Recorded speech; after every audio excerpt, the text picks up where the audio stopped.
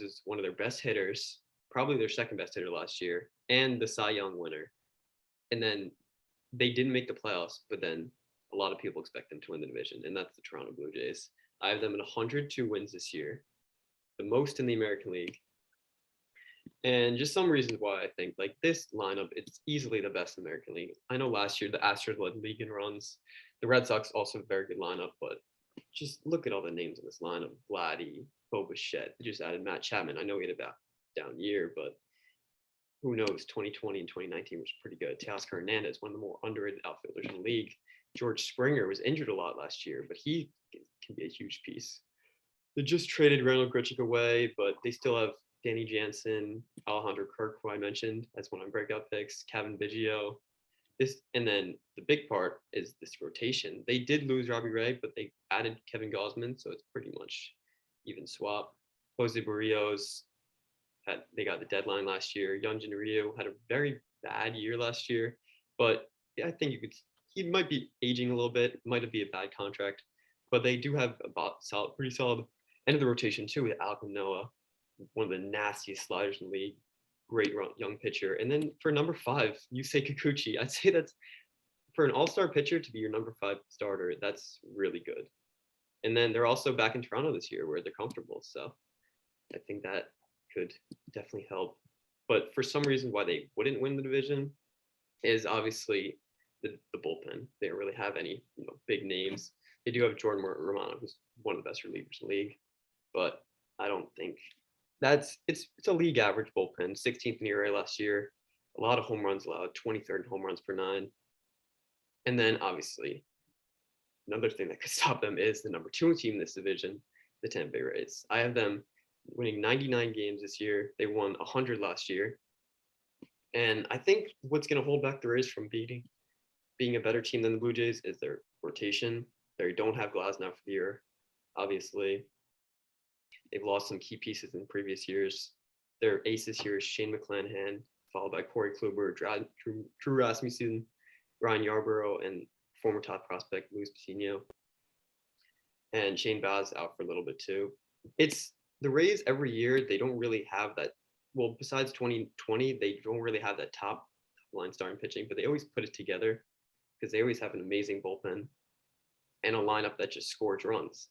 Like this year is probably their best lineup that they've had in a while, but they've always been able to do it with pitching because they're just a pitching factor over there. So yeah, I have the Rays. The Rays and Blue Jays are probably pretty interchangeable for the top of this division, but I do have them with 3 less wins at the Blue Jays. And then for my number 3 team, it was a close call between the Yankees and Red Sox, but I did end up putting the Yankees ahead of them. I think the offense is what holds this team back, which is crazy to say. 2019, they were one of the best offense in baseball, arguably number 1. But last year, they just had pretty much every hitter on the team besides Judge and Giancarlo Stanton underperform. So this year, they're going to need bounce back years from DJ, Glaber, Joey Gallo, if they want to actually have a chance to win this division. The rotation is good. I do think they need to add one of the pitchers from Oakland, either Sean Manaea or Frankie Montas, to be taken seriously as one of the better rotations. Right now, the Blue Jays, who've always had a worse rotation than the Yankees, actually have a better one than them now. But the one piece of this team that I think is fine is the bullpen. It's one of the deepest the deepest bullpens in the league. Chapman, Britton, Jonathan Loaizaga, Albert Abreu, guys like Clay Holmes, who quickly became one of the best relievers in the league second half of the year last year. And then for my number 4, I have the Red Sox, who I have them at 4 less wins than the Yankees at 88 wins. They won 92 last year and beat the Yankees in the wild card game and almost made the World Series before losing to the Astros. I think what's going to stop this team from making the playoffs this year is going to be the bullpen. I think the bullpen doesn't really have too many big pieces, many scary arms. They have, Matt Barnes, who's like their top. He's not really a guy that you want to trust as your closer. He has had his moments, but the lineup, as we said, the lineup is going to carry this team. Trevor Story, Xander Bogaerts, JD Martinez. That's one of the best top lineups in the league. And then the rotation, it's all right. Evaldi, Sale, they're going to need Sale to stay healthy. If Sale can stay healthy, this one too.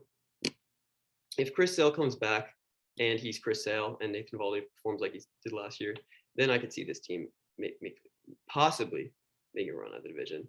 And then last, we just have the Orioles. Not really much to say. Adley Rutschman, that's probably the thing you're most excited about this year. But besides that, I have them at 68 wins at 52 last year. So a little improvement, but Orioles fans, they'll be good in the future. Oh, Andrew, I think all of those are very realistic outcomes.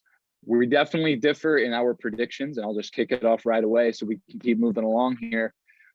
I'm not buying into the Blue Jays hype. I'm sorry. They're going to be very good, but I am not buying into that hype whatsoever. I'm not hopping on that train for 1 second.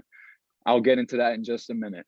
But in first place for the American League East, I have the Tampa Bay Rays. I have them finishing 99-63.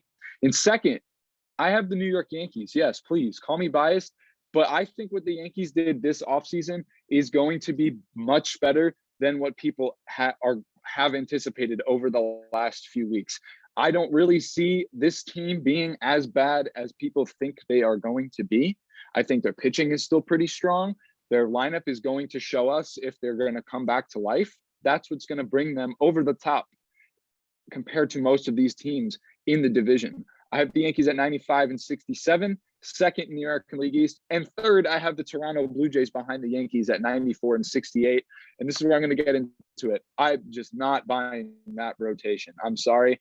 You could say all you want about Yusei Kikuchi and Kevin Gausman.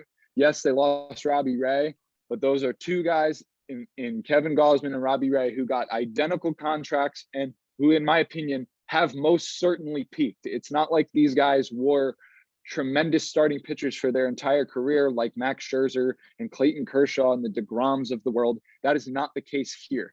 Kevin Gausman has the word peaked written all over him, and he peaked at the most perfect time when he was an all-star in San Francisco, and he got a very good contract. Now, I'm not saying he's going to be bad. I'm saying he's going to be probably good this year, but for the remaining years of that contract, I think it's going to hurt the Blue Jays. I don't think he's going to be able to pitch at that ace level for 5 consecutive years. Maybe this one, but I really don't see him duplicating that season that he had last year. And the same goes for Yusei Kikuchi.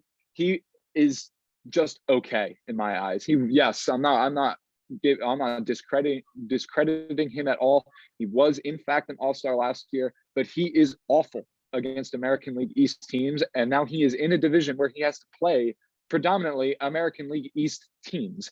I don't understand why this team is getting so much hype, especially with their pitching. I understand the offense. The offense is tremendous. They are going to score a lot of runs and they're going to be fun to watch, but that bullpen is atrocious and that rotation is not as good as people think it is right now. I will tell you that right now. I have the Blue Jays at 94-68. And then I have the Boston Red Sox at 91-71.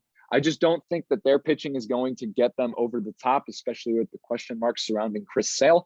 They did lose some guys in the bullpen, guys like Adam Ottavino, but they did get some guys like Jake Diekman and Michael Wacha, two guys who were very good for their respective teams last year. And we'll see what they do with the rotation. They did sign James Paxton and they did sign Rich Hill. Rich Hill is in his 40s, so you really don't know what you're going to get out of him. And James Paxton coming off of 2 injury-riddled seasons back-to-back. Tommy John last season, so I don't really know how much we're going to see of him. It was a gamble. They took a flower on him, and we'll just see with the Red Sox. I think their offense is going to be pretty good. But it's going to be a very fun division race as it was last year. I think it may even be closer than it was last year. And then at the bottom of the barrel, I have the Orioles, but I don't think they're going to be as bad as you think they're going to be, Andrew. I have them at 69-93. Yes, they did add some guys to their team. I'm not saying that's going to make them better. I'm not going to say it's going to make them worse. I think that they are definitely trending in the right direction with the guys they have in the farm system in terms of Grayson Rodriguez and Adley Rutschman. Those guys are almost ready to come up and make an impact like the Orioles have been grooming them to. They got Jordan Lyles, some guy that'll just eat innings for them. They also got Robinson Chirinos and Rougned Odor, two veteran guys that will get some consistent at-bats, and maybe they'll be good enough to the point where the Orioles can flip them at the deadline for some sort of value. But I don't think they're going to be miserably awful as they've been the last 4 seasons. And I got to give them credit. They offered Carlos Correa a contract, and there is just no way that he was going to go there. But they showed that they want to compete, and Carlos Correa was the perfect guy for that. You get him there for 10 years, he's going to be your centerpiece as these new guys start to file in through the minor leagues. I thought this was a really good sign of encouragement for the Orioles. But yeah, they finish in last place. And the AL East, it may be the toughest division in baseball, I'll tell you what right now. But I think some of these teams are going to surprise a lot of people in positive and negative ways. But it should be a very, very fun season. So now we're going to move on over to the American League Central now, and I will start it off there. First, I want to say some thoughts. I'm completely on the opposite side of you. I'm fully on the Blue Jays train this year. I think I can tell they're the best team in the American League for you. they have 102 wins. This rotation is incredible. I don't care what you say about Kikuchi. I know he does give up a lot of home runs, and there's a lot of home runs being hit in this division. Obviously, there's very friendly hitter parks in Fenway, Oriole, Camden, and Yankee Stadium.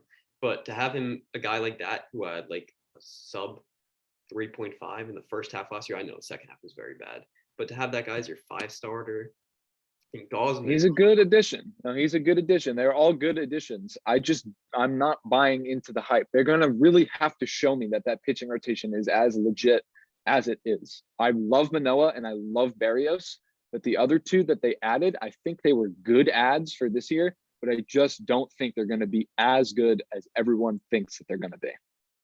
Well, we are talking about this year, our prediction for this year. Yeah, and I'm saying this year, I don't think that they're going to be as good as they were last year, and that's what the Blue Jays are anticipating. The one that I think will be the closest to that form is Gausman, and I still don't think he's going to be as good as he was in 2021 with the Giants.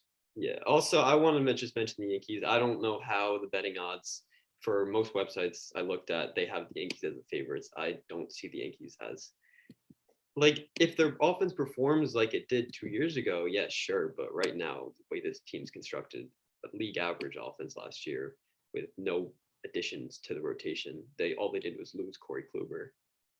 And now that is definitely something I think they should have addressed, and they should have gotten another starting pitcher. But they're banking on their young guys. Maybe some of their young guys will show them that, hey, yeah, maybe they will be effective for them. But I don't. American League East is tough, man. And that was a tough division to predict. There's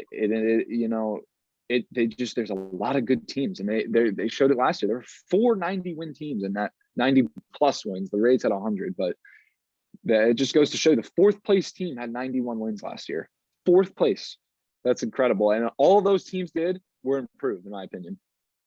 Yeah, maybe the Rays, they may have hit themselves. They may not have improved, but they're the Rays. The Rays are going to raise. The Yankees needed to improve. I think everyone said after last year, even though the Yankees won 90 games, it was a disappointment of a year. There was definitely an underwhelming season for them. And all they did was bring the only additions they have are Josh Donaldson, Isaiah Kiner-Falefa, and those, in my opinion, are a lot more impactful than people really think that they are. That's why I have them as high as I do. Yes. I value them. I value the game that both of those players bring to the Yankees because they're